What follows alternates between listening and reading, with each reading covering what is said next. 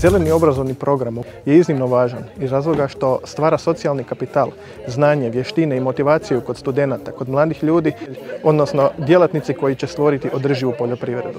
A to nam omogućuje zdravu hranu i kretanje u smjeru održivosti. Ako će se svijest potrošača i proizvođača i dalje razvijati u tom smjeru, mi smo spremni pratiti tržište i našu ponudu prilagođavati takvom tržištu. Imamo sve veći broj pojedinaca koji shvaćaju trenutak kroz koji općenito kao čovječanstvo prolazimo, ali i samim time poljoprivreda, klima, okoliš. Da poljoprivreda ne bude generator onečišćenja, nego da bude ono što bi trebala biti poljoprivreda, hraniteljica ljudi, a koja će opet živjeti u potpunom skladu sa svim ono što nas okružuje tamo gdje jesmo i tamo gdje živimo.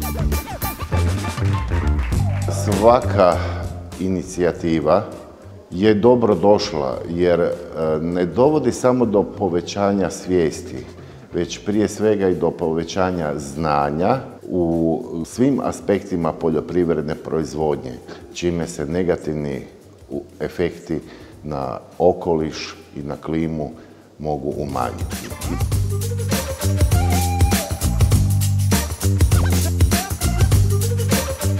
U toku zelenog obrazovnog programa najzanimljivije mi je bilo prezentiranje Canvas modela, zato jer je objedinio ekonomska i poljoprivredna znanja, što će mi pomoći u daljem fakultetskom obrazovanju te na budućem poslu. Ja sam poljoprivredni proizvođač. OPG se bavi proizvodnjom stočne hrane, žitarica i tovom junadi. I razmišljamo o prebacivanju jednog dijela gospodarstva na ekološku proizvodnju.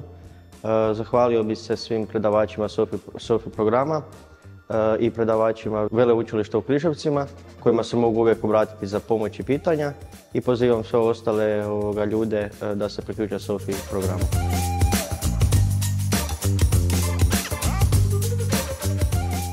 Samo umrežavanjem bomo najbrže dobili odgovore koji su iskovani kroz praksu i znanje i prenošenje istih.